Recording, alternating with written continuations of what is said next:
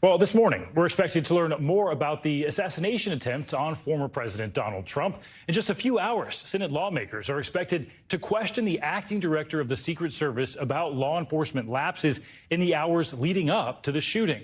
Now, this comes as the FBI announced the former president has agreed to participate in an interview. They call it a victim interview with that agency.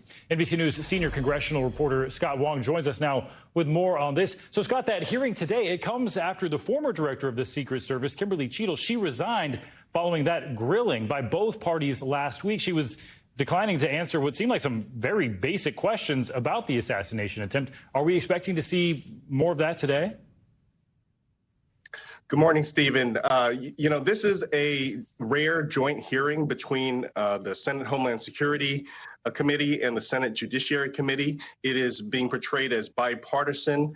Staff members from those committees have just returned themselves from Butler, Pennsylvania, the site of the assassination attempt, to gather more information to better inform their questioning of the FBI and Secret Service today.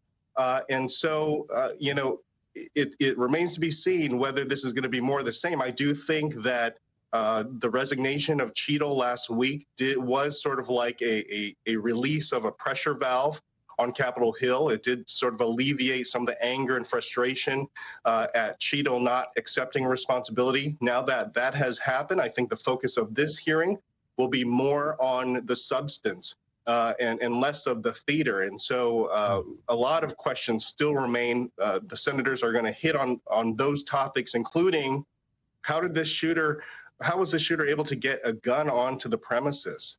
But there are multiple investigations going on. And we also learned a new development just yesterday on the House investigation side, where Mike Johnson and Hakeem Jeffries have appointed members of their special task force, a bipartisan task force that is also looking into this assassination attempt.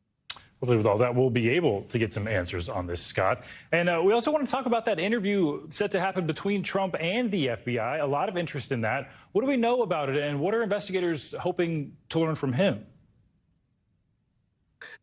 This is pretty standard, in fact, that the victim of this incident or any incident would be interviewed. The FBI and Secret Service, of course, are interviewing everybody who was at the actual shooting.